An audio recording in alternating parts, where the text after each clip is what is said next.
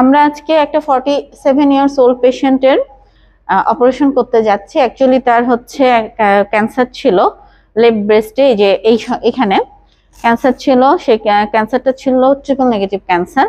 তো আমরা যেটা করেছি সেটা হচ্ছে প্রথমে নিউঅ্যাডজুভেন্ট কেমোথেরাপি দিয়েছি। বাই দিস টাইম যেহেতু triple negative cancer, young patient, যদিও তার ফ্যামিলি হিস্ট্রি ছিল না, কিন্তু আমরা তাকে জেনেটিক টেস্ট করতে দিয়েছিলাম BRCA1, 2 অ্যান্ড TP53। আমাদের আলটিমেটলি BRCA1 পজিটিভ এসেছে, জেনেটিক মিউটেশন ছিল।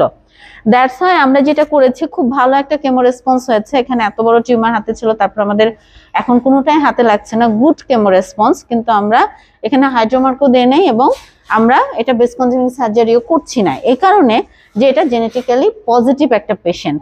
এই জন্য আমরা ম্যাস্টেকটমি করছি। যে ম্যাস্টেকটমি আমরা করি যে জিন পজিটিভ পেশেন্টকে ম্যাস্টেকটমি করার উদ্দেশ্য যেন ক্যান্সারটা ফেরত না আসে বা রিকার না করে।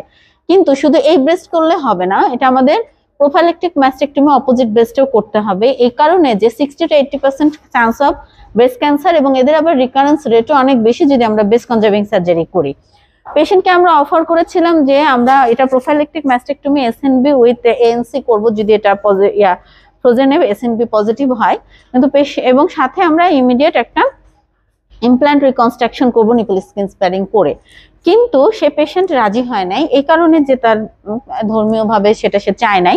এটা শুধু যে আর্থিক কারণ তা না, ইমপ্ল্যান্টে সে রাজি হয় নাই, এই জন্য আমরা এটা করতে পারি নাই। তার জন্য আমরা সিম্পল ম্যাস্টেকটমি করছি, বাট বায়োলেটারাল। Thank you.